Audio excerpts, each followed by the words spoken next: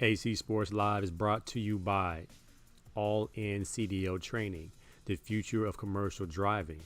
Earn your Class A and Class B license and endorsements with courses online and in person in the city of Long Beach. Call or visit the website 909-708-4861, www.allincdotraining.com. If you're unemployed, underemployed, or just want to change a career, scholarships are available, so don't worry about the cost. Give them a call. All In CDO Training, the future of commercial driving. AC Sports Live is also brought to you by Mood Swing Apparel, DEM Clothing. Dominate every matchup, period. Check them out, Mood Swing Apparel on Instagram. AC Sports Live is also brought to you by Cannon Nation Boxing. If you want to learn the sweet science of boxing, or if you just want to get a real good workout in, working out and training with pros, check out CannonNationBoxing.com and become the best version of yourself today.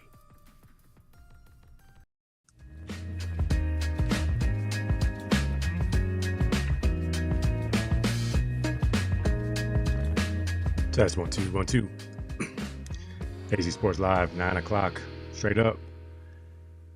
Great show for you tonight. Let's see.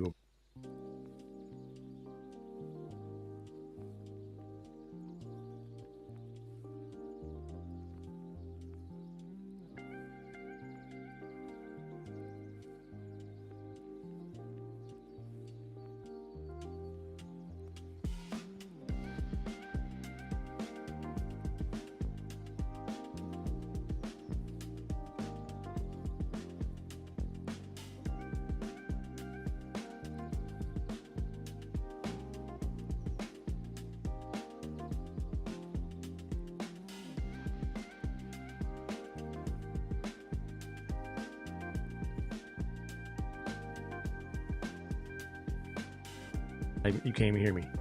I have to go over that whole thing again. My apologies. NCAA National Championship. Last night, Indiana brings home the trophy.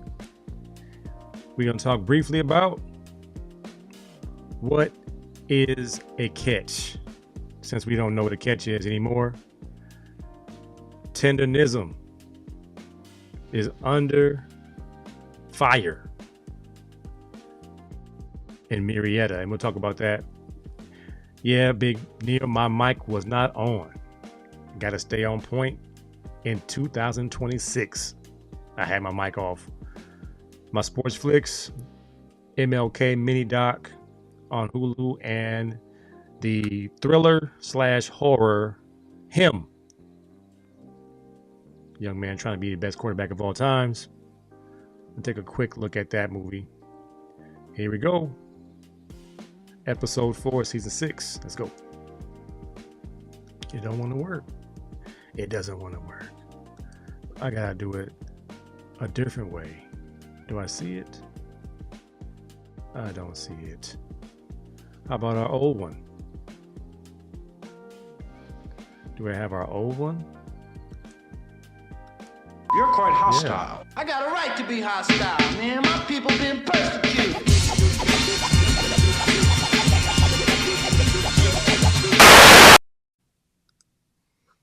Boy, technology sometimes lets you down.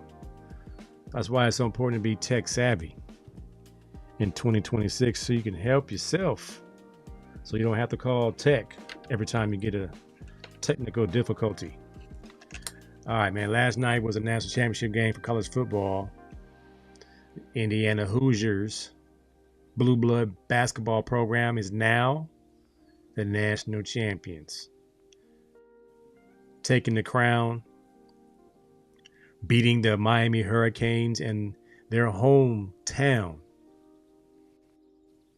and took over the entire stadium. It wasn't even like half and half. It was 85% Indiana in the audience. Miami had a home field advantage but Indiana took that away too. Winning a close one. It came down to the last drive. The $4 million quarterback is not able to deliver yet again. But the Heisman Trophy winner was able to do what the Heisman is supposed to do. Deliver. With the biggest 4th and 5 call of this season, Coach Signetti, and he had the analytics to say this is a good attempt, but he had no idea that Fernando Mendoza would run the ball into the end zone in dramatic fashion. One of the most electrifying runs you'll see a quarterback make. That's going to be in the annals and the urban legends of a kid from Miami who comes back to make this school that he dreamed about going to pay for not giving him a chance when he was a pup. So Fernando Mendoza's story going from UC Davis to Cal to Indiana to the Heisman to the Natty. When his mom was battling multiple sclerosis, she was not able to stand up and cheer for her boy, but she was in her wheelchair celebrating with family. She was the one that drove him to camps. I believe it was 17 camps. The 2-star quarterback who seems a little bit awkward socially, but is he a machine on the football field? Of course, we're hearing a lot of talk about he's not him. At the next level, he's going to struggle. All that stuff. I think it's a story Hollywood will make movies about. If Kurt Warner has a movie, I think Fernando Mendoza is getting a movie. Rubio's in here. It is always showtime. Big Neil said them back shoulder throws were killing Miami. And they are going hard in the paint on the local product. Number 24 is a Los Alamitos graduate. And he had a tough time. But it's not his fault. I think his name is Ethan O'Connor. He was doing well because they were going at him and they weren't able to score a whole lot. But when it was coming down to the nitty gritty and it counted, they were going back shoulder fade on poor O'Connor every play. And of course, social media is not nice. They're telling Buddy to get in the portal. That's the nicest thing they could say. But you can't blame one person. It's a team effort, as we saw how Indiana was able to nullify all the NFL players that Miami has. I mean, that defense is just flat out scary. They got some of the coolest names in football on that defense. I mean, was it Mezzador and Bain? Torre and Bistante and Ruben Bain Jr. Hakeem Mezzador. Bookend defensive ends coming on. Not even blitzes. Just rushing your front four. Getting pressure. Bain had a sack. Mezzador had 2 sacks. Ruben Bain had 3 tackles for loss. But it wasn't enough because the Indiana Hoosiers just run the football and throw the ball when necessary with the Heisman Trophy winner, Fernando Mendoza. And I can't wait till he grabs the microphone post game and says some of the corniest, but you have to love that kid. He's pure, is what you might want to call it. He's what they thought Todd Marinovich was going to be. Except Todd Marinovich got to college and began to live his best life. Fernando is realizing that football and books and family has been his entire life. He apparently asked Tim Tebow and Ricky Williams and some of the other Heisman Trophy winners, what do I do now that I have to start thinking about girls as part of this whole thing? And Ricky says, just stick to football. I think that might be the best advice he could have received, because he kind of reminds me of my teammate, Cade McNown. Cade McNown was just happy, just a good kid. Comes to the big city of Los Angeles. The bright lights got so bright, he went ahead and I think he married a Playboy bunny when he got to the league. So he was like, Cade, man. He went hard in the paint. Became a first round draft pick and got himself a Playboy bunny. We got to pray for Fernando Mendoza that he keeps his nose clean and doesn't fall for any of these traps that these IG models are throwing out there. Don't go for it. Take care of your family. Get yourself a dog. Get yourself a hobby and let that be organic. Don't try to make that happen. Be organic. Big Rob, what's up, brother? Yeah, I'm good, man. How are you? I know you're good, Big Rob. Dr. Fraser's in here. What's up, my good brother? All the Raider fans just need a coach. Well, if they draft Fernando Mendoza, you need a coach with structure, similar to Natty, in that he can expect the same thing, the same routines, the professionalism, being prepared. What Indiana was, on top of being the oldest team in the history of college football, as that what they say. I don't think they were older than the BYU. The BYU teams of old, they would always have 27-year-olds on the team because of their Mormon missions. But this was the oldest team in the FBS championships for sure. The average age of 24 years old. I think the average was 23, but some articles said 24, which is pretty old for college kids. But a very mature team. And not a whole lot of superstars. They made Fernando Mendoza a superstar by him winning the Heisman. But when you hear him speak and you hear the team speak,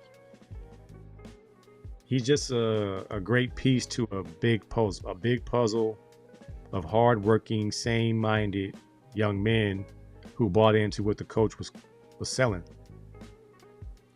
And Signetti always stayed even keeled.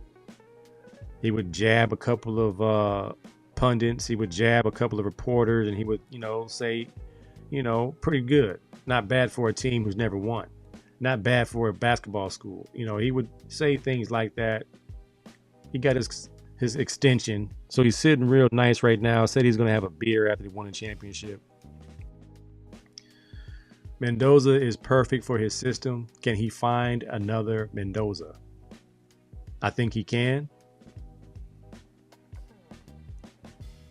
It's a quarterback who's disciplined, who buys into the system, who doesn't need $4 million like Carson Beck, who has never been clutch, but he's been solid, but he's never won a close game that mattered. He won I think he got a couple of game winners this year. I saw him run one in, but he hasn't thrown one. He's a lot like Josh Allen in the NFL. Big money quarterback, can get it done, but can't win the big one. Get it done when it's leading up to the big one. But then when it gets to the big one, I'm coming to join you, honey. It's the big one. Can't get it done. But what has Netty proved to all of America about the portal, about NIL, about coaching? First of all, well-coached team with good players that you vetted. What Signetti and Nick Saban agreed upon is that we're not going to go off some pencil pusher star rating. Like, who's giving these kids 5 stars? What makes this kid 4 stars? How about I evaluate the kid's film? And then I see if I like what I see. He's tough. He runs hard. He plays hard. He tackles well. He interviews well. Okay, I'm going to go with these guys. And then you have the makings of a powerful team. I saw a lot of teams this year who bought rosters, from the A&Ms to the North Carolinas to the Clemsons to the Auburn. Some teams spent more than others, but I think we're talking in the range of $10 million rosters, with one kid getting $3 to $5 million, the rest of the kids getting between $1 and $500,000. Everybody's getting paid something. But are the coaches coaching, or are they banking on these stars resulting in wins? Signetti proved that not only do you have to accumulate talent, but you have to coach it up. This was the most disciplined, smartest, the only bonehead plays they made the entire playoffs were a couple of offsides penalties and the game-winning interception where he took his helmet off in the celebration. But at that point, the game was in the books. I don't think Signetti was even mad about that. I think his name was Harvey, the nephew of the other Harvey from when Miami got screwed in the national championship game versus Ohio State. Very good season. It wasn't the same old championship contenders. We had some parity. So NIL and the portal created a scenario that made it watchable. Very watchable. Now, is this a big piece to a bigger puzzle? Did everything happen as it should? Was this part of a script? As we talk about script, we transition into the NFL. The NFL's down to its final 4. We got Seahawks versus the Rams in Seattle with the 12th man looming. And the Broncos host the Patriots without their star quarterback, Bo Nix, who got injured on a phantom injury. We're still trying to find the play where he got hurt. It wasn't on the naked boot, or was it on the kneel down? Either way, very suspicious that a person who walks off the field without any help, with a very subtle limp, is now out for the season for the AFC Championship game versus America's team, the New England Patriots. So start thinking about the scenarios. My brother Courtney Simpson's conspiracy is this is part of the script. Patriots versus Rams with a Bad Bunny halftime show. The Rams, heavy Latino following, with a Puerto Rican halftime show, versus America's team, the New England Patriots. I think the president will be in attendance, pulling for the Patriots because Bob Kraft is his buddy. The elite rich hang together. But the problem with the millions of memories, as we heard the NBA player so eloquently say to us with the NBA being fixed, millions of memories. It's going to take a blowout to go against the narrative. If the game is close, the narrative can work.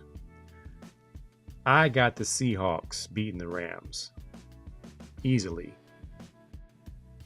And I got the Seahawks beating the Patriots in the Super Bowl in San Francisco.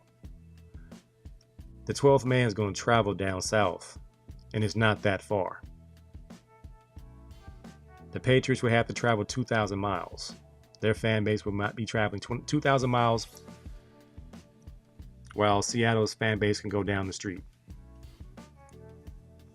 And that defense, the way they made Brock Purdy and the Niners look, and I know they were without George Kittle, but still, they destroyed the gang, bang, bang, Niner gang like it was JV.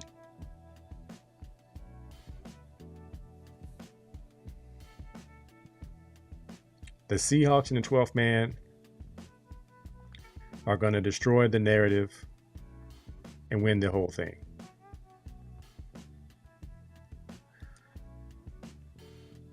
Frazier said, what about the younger Mendoza? He's younger. He's not ready. The older Mendoza been through some battles at Cal and UC Davis. Younger Mendoza been watching. So it might be a down year at the quarterback. If he's the successor, I think they'll bring in somebody because they're the national champions. And it's not going to be hard for Signetti to get a solid play caller that might be a grad transfer. Frazier said the Broncos are out. Yeah, I don't think Stidham has the juice. I thought the Rams played so-so, but I think the Rams are ready. They can. Matthew Stafford might win the MVP. But the Seahawks defense is so good. But the Rams offense is not a pushover. It's that 12th man that I'm kind of concerned about. Happy Boys in here. He said, hey, the Cowboys are America's team. Right now, the Patriots are the America's team because the Cowboys haven't been America's team since Troy Aikman and Emmitt Smith and Michael Irvin played and Jimmy Johnson was the coach. You guys start losing love when you hired Barry Switzer. Jimmy Johnson had a good thing going. And then Jerry Jones said, nah, this is my team. And then Jimmy Johnson said, nah, this is my team. I designed this team. I designed this dynasty. And from there, it was downhill. So Tom Brady and the Patriots became America's team. They're actually red, white, and blue with the Patriot as their mascot. They're America's team now. Cowboys, Patriots. That's who the Super Bowl needs to be. America's team versus America's team 2.0. He said, ask AI.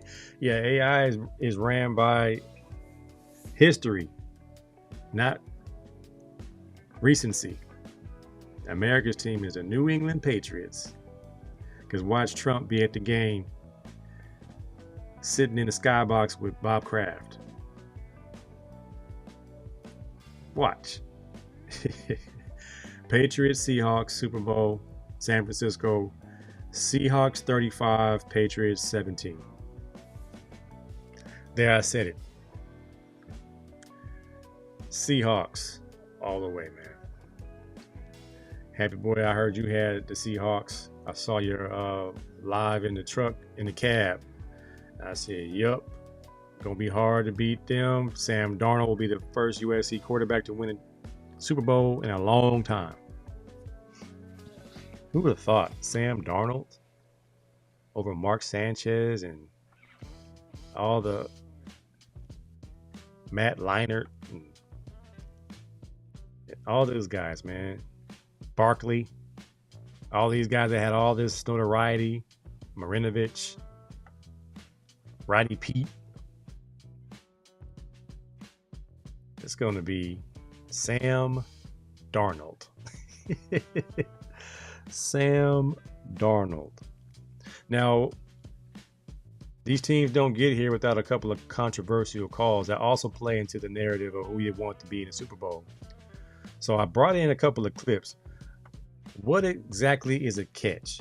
So to me, a catch is when the ball is spinning and your hands stop the ball from spinning and moving, and you have it and you take 2 steps or a knee or your butt hits the ground.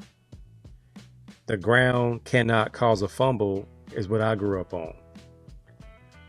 That's right near Carson Palmer. Did he win a Super Bowl? I don't think so. But if you can catch the ball, advance it 1 step, 2 steps, or you hit the ground at all with contact, you're down. That's a catch. This whole surviving the fall, which takes away the ground can't cause a fumble,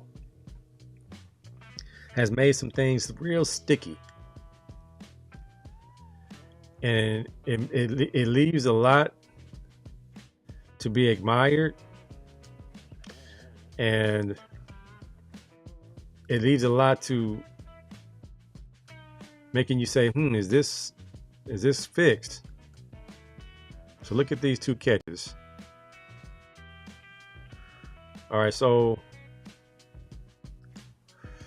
Davante Adams for the Rams caught the ball 2 feet, gets the ball stripped before he goes down, all the way down, but his knee hits the ground. So he had 2 feet,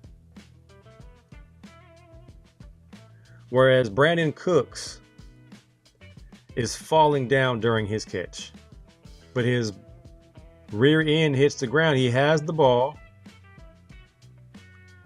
He hits the ground, still has the ball, rolls over and loses it. To me, both of those are catches because they're both down by contact. Allowing the ground to cause a fumble, or in other words, surviving the ground, surviving the fall, has allowed this to be a subjective call. And this stems back to the Dez Bryant catch. Well, how long ago was that? 13 years ago? I think I have that one too. So remember when Dez Bryant caught the ball. So we all saw him. The ball's spinning. The ball's no longer spinning at this point. All you need to get down is 2 feet to me, or 1 foot and a knee. All right, 2 feet. Still has the ball. Still has the ball. Reaches out. Still has the ball. Reaches to the pylon. Still has the ball. Ground can't cause a fumble.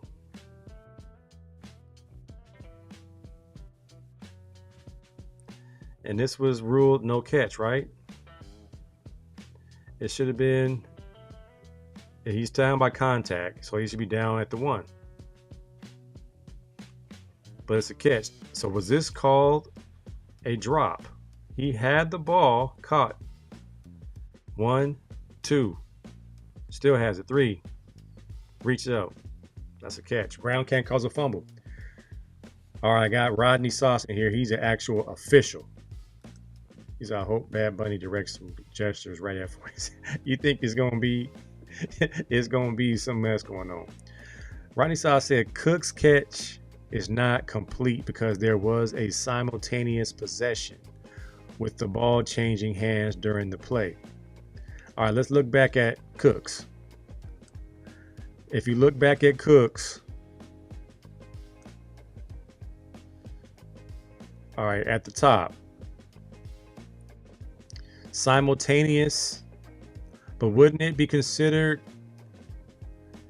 like, isn't he down when his, like, what's the angle at? Do I have an angle of All right, so he has the ball, and when his body hits the ground, he still has the ball. So if we have the ground can't cause a fumble, instead of surviving the fall rule, surviving the fall is what makes that an interception. So Devontae Adams, he's running with his, so he don't have to survive the fall, right? He just has to have a knee down. And that's the difference. Am I interpreting that right? If you have the ball 2 steps and then you fall, versus if you catch the ball and haven't hit the ground yet because you're in the air.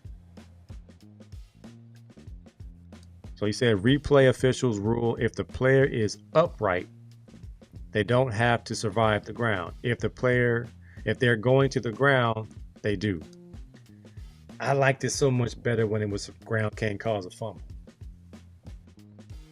Because if I catch the ball and I reach out for the goal line, I got the ball. I've caught it and I've secured it and I advanced it. Adams has sole possession before he gets down and then stripped. That's the difference. All right. So what about when the Hail Mary was caught? Remember when I think it was Russell Wilson. Russell Wilson threw a Hail Mary, and it was called a touchdown when it's clear the Packers defensive back caught the ball. He has it in his mitts. He's going to the ground and it's wrestled out. Right there, he has the ball, but the referee called touchdown. And that was home cooking, 12th man. Because to me, right now, that's Packers interception. 3 Packers got the ball. 81. Golden Tate is wrestling in with it. Right now, 43 has the ball.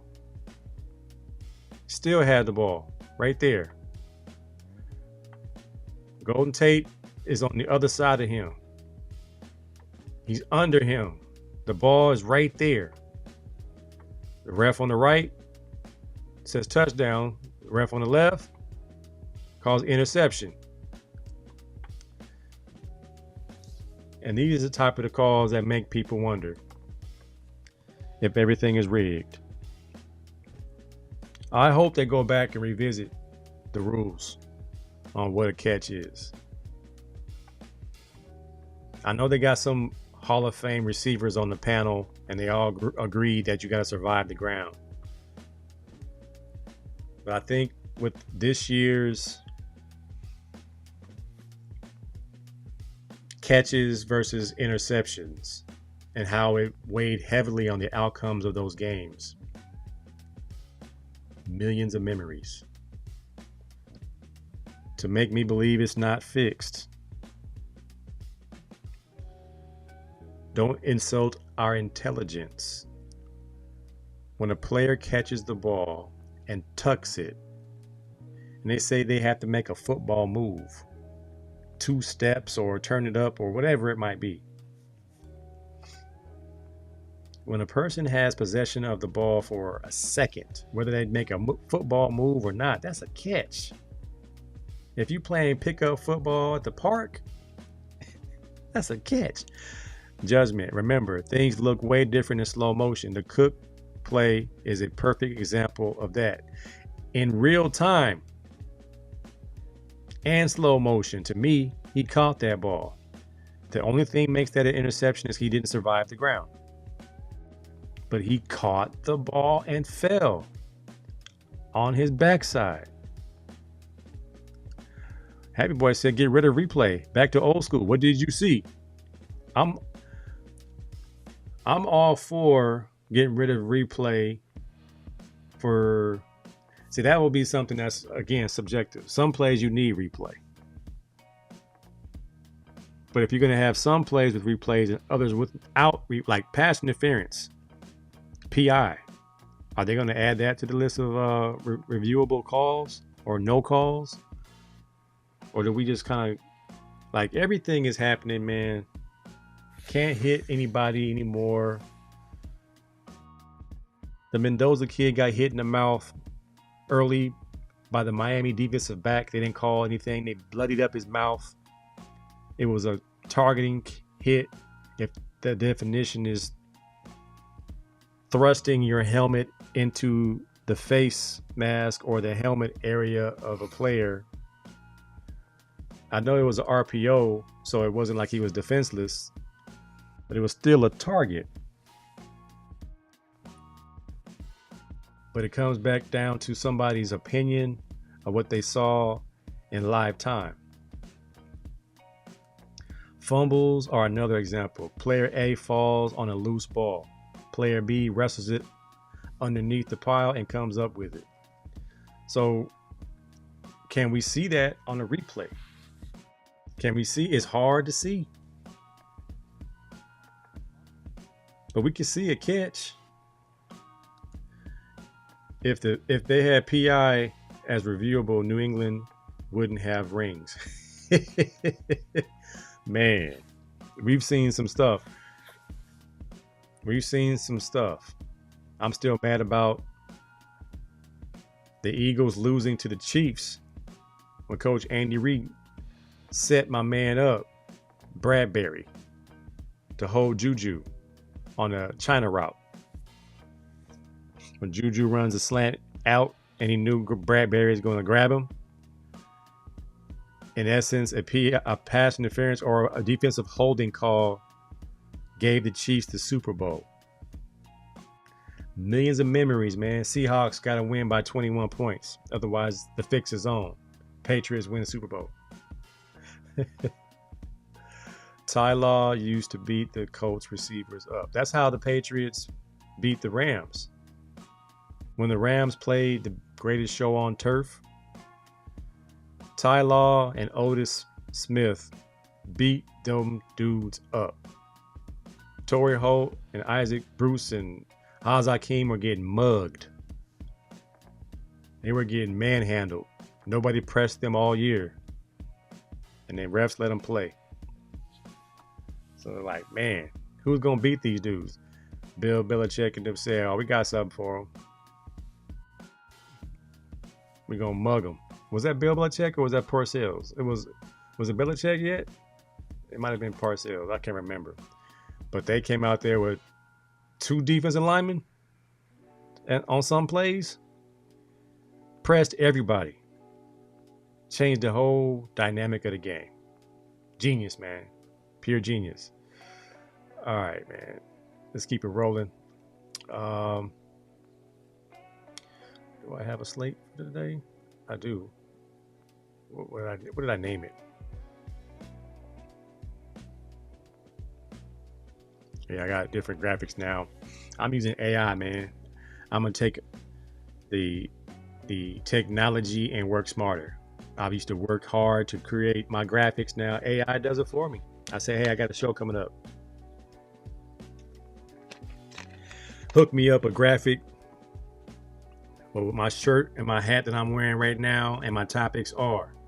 And it pops it out for me. Easy money, man. Easy money sniper. D-Mac in the house. Mendoza carried out the fake and was considered a runner. But he still got hit in the mouth with the crown of someone's head. Does that nullify the targeting call? Not that he was defenseless, but he got hit in the mouth. Is that reviewable? Apparently not. Some other things I was worried about. Is Bo Nix really injured? I'm asking for a friend. Because this is supposed to be the play he got hurt on. And watch him get up.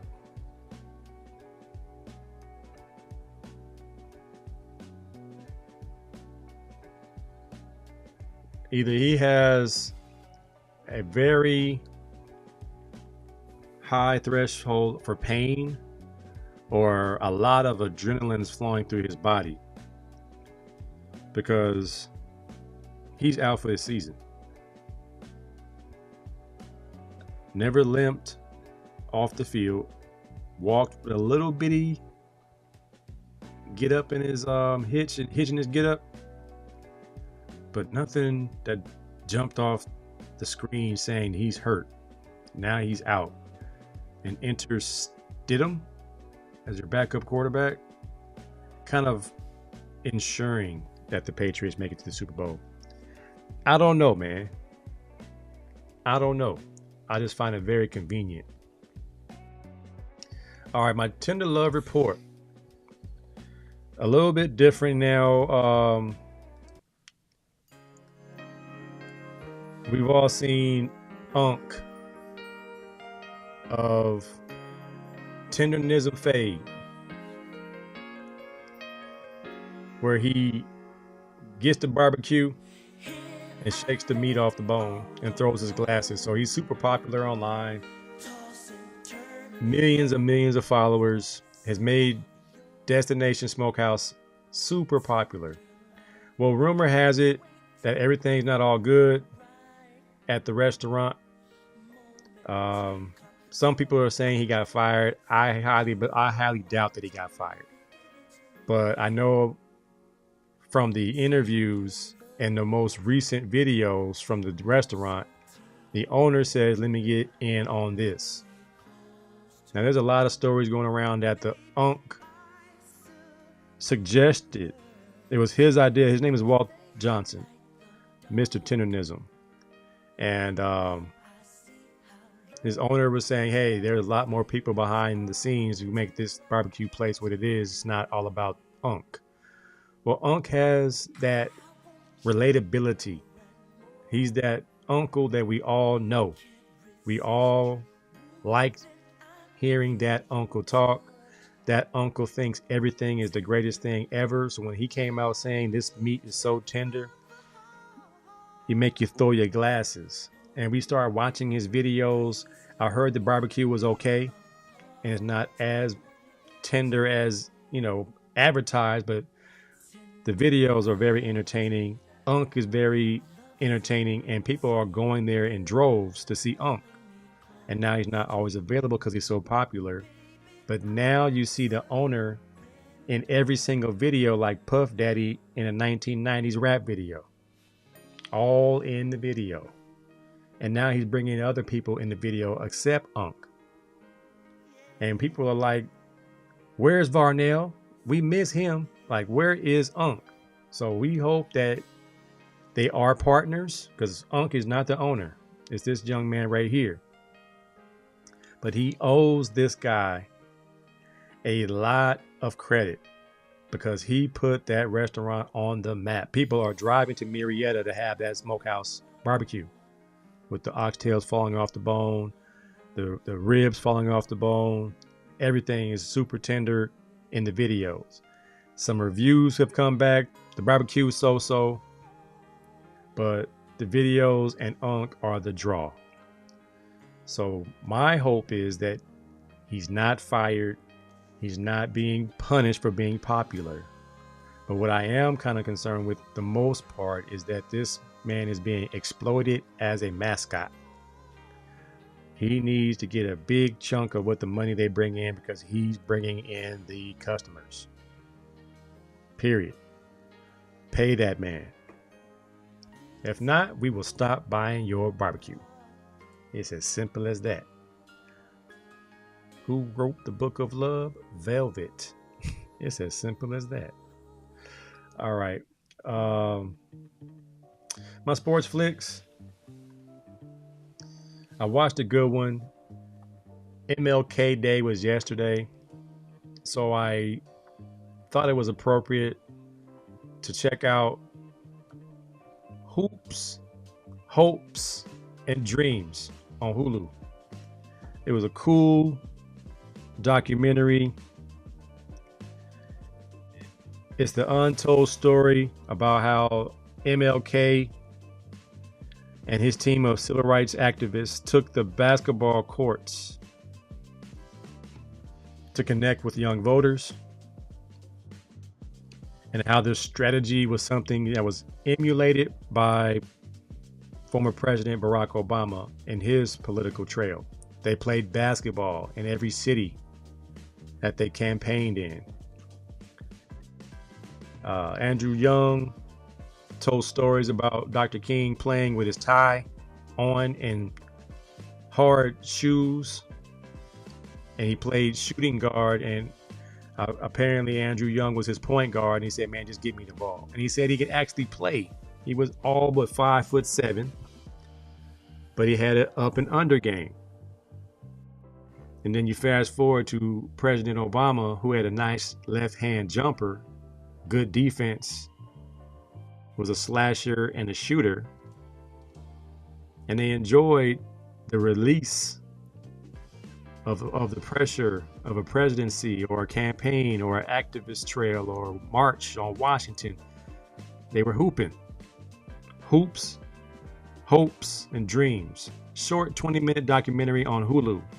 Pretty cool little watch. I also watched him. It's called a horror thriller about a promising young football player played by Tyreek Withers.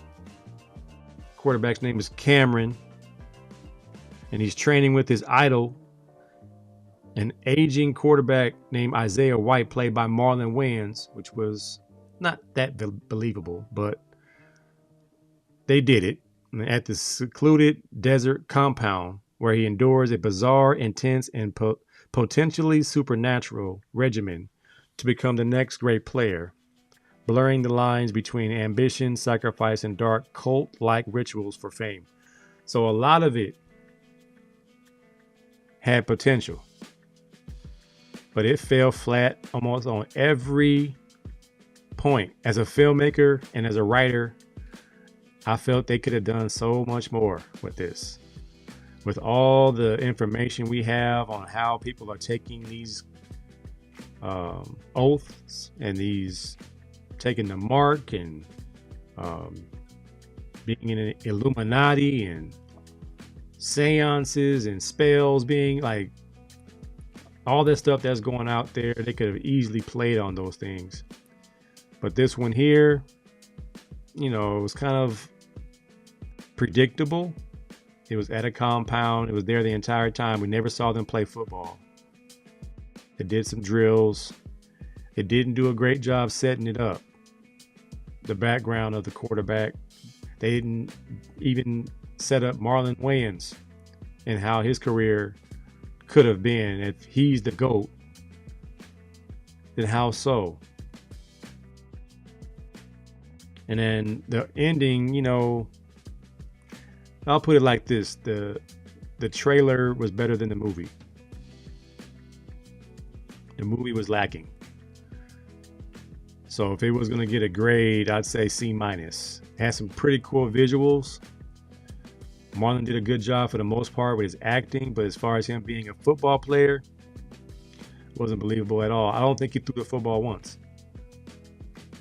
As a quarterback, training another quarterback, I don't think he threw the football. If he did, it was very quick and very insignificant.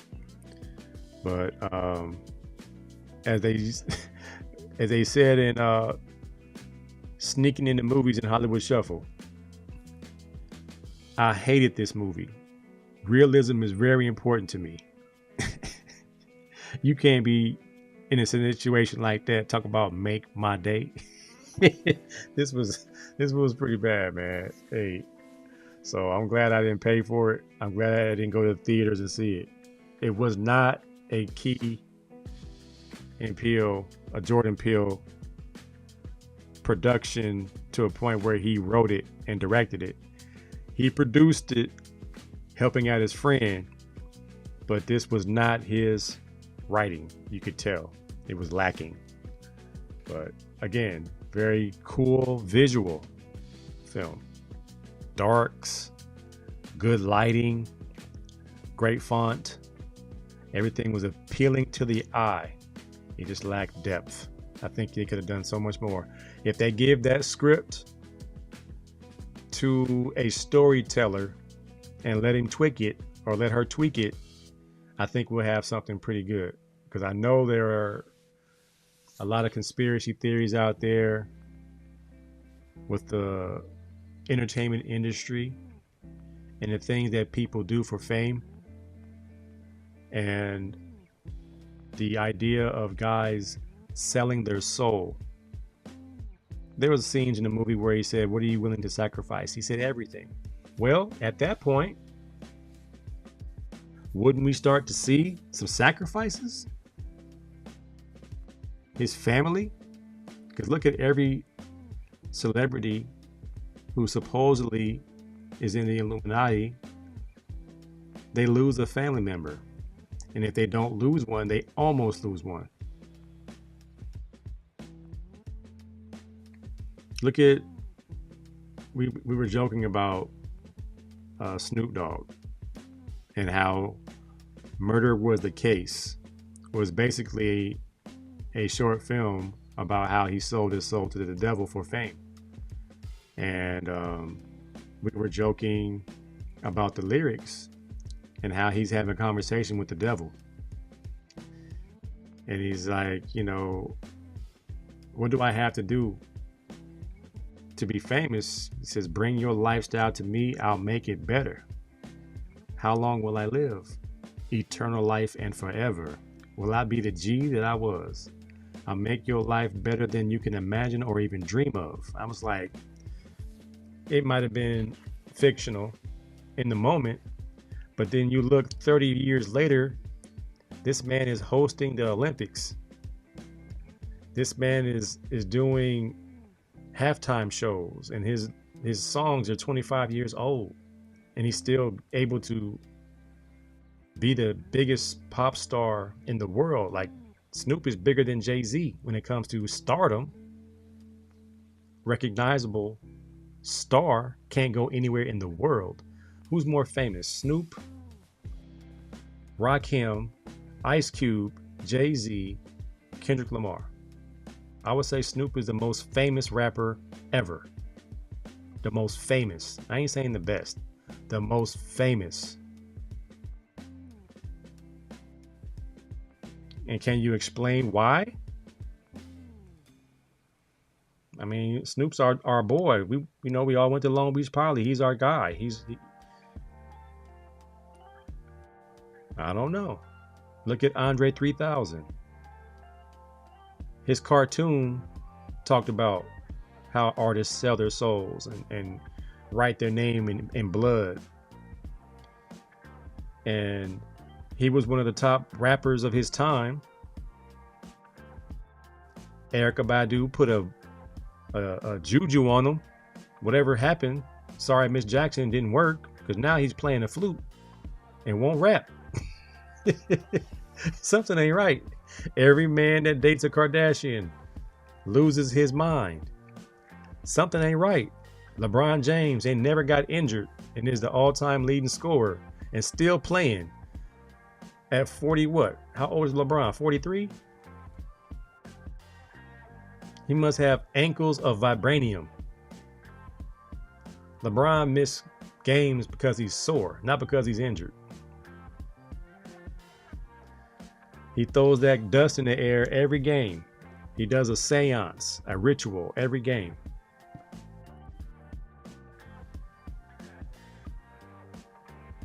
Kobe Bryant's no longer with us.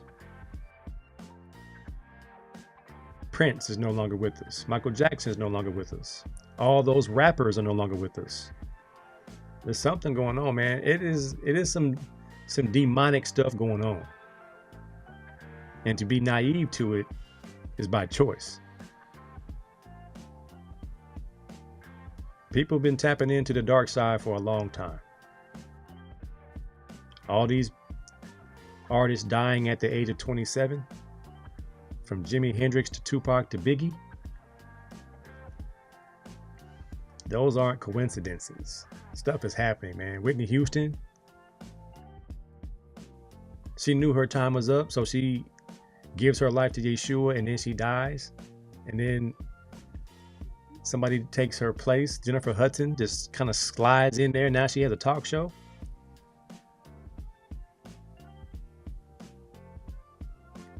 Did Lauren London sacrifice her husband? Like, all this stuff is too much. And I know if you talk too much, you look like Orlando Brown. It's out there, man. Cuzzo in here. I don't know how true stuff is, Big D, but hey. And he grew up in the church. That's the dangerous part. These dudes know that they shouldn't be out here messing with the devil. Dr. Frazier said Snoop smoking weed on national TV. That's the least of what he's doing. Every Crip in Long Beach is like, what is Snoop doing wearing all that red? I said, Snoop has sold more than his soul. Snoop has sold all the way out. But that's part of the entertainment. What are you willing to do for a paycheck? And some of them will do anything.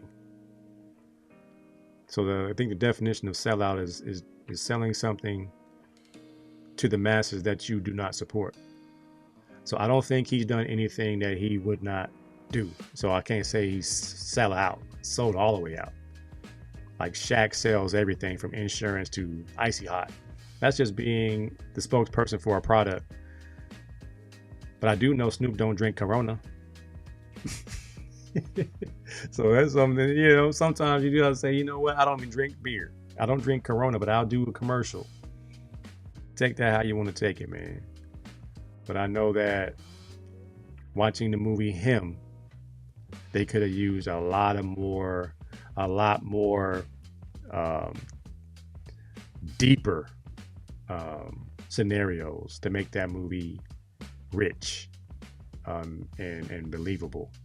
The way they did it is kind of lazy. I could see someone like Donald Glover doing something, because he had an episode on ATL similar to that, where the industry brainwashes people, and sometimes you do the work of the industry. But my suggestion is, for people who aren't familiar with all that stuff, stay away. Don't sign anything that you haven't read. Definitely don't sign anything in blood, because they will come for you. And when it's time for them to come for you, if they don't get you, they're going to get your family. Michael Jordan's daddy, Bill Cosby's son, Jennifer Hudson's family, Kanye West's mama, Michael Jackson, Prince, all these people mysteriously. Bruce Lee. Why aren't these people with us? What's going on? Hey man, there's evil in high places. That's why you need to be prayed up at all times. All right, man. Appreciate y'all listening to me talk my stuff on AC Sports Live, episode 4, season 6. On this, the 20th day of January. Indiana, salute. You put hands on folks. You sent Michael Irvin home. And every other Miami Hurricane fan had to just accept it. Indiana was the most complete, best prepared team we've seen in 20 years. Granted, they were all 25 years old. Hey, they ain't cheating if it's part of the rules, right? I believe there should be a cap on college football as far as age. 4 to play 5. You should be 23 years old. The only time you should be 24 is if you got hurt twice. That's it. So you might have a couple of 25-year-olds, not an entire roster. NFL set. NBA action. I'm going to start peeping it since NFL is coming to an end. NCAA is over. My son is still looking for a home. Anybody know somebody, hit me up. We definitely want to make sure we get him somewhere. We might have to play small ball to come back up because the game has changed. So with that, we're going to keep our options open. In the meantime, y'all be good to each other. Be good to yourselves. Yeshua loves you. I'm going to see y'all next time on the flip side here on AC Sports Live. Be easy. I'm out.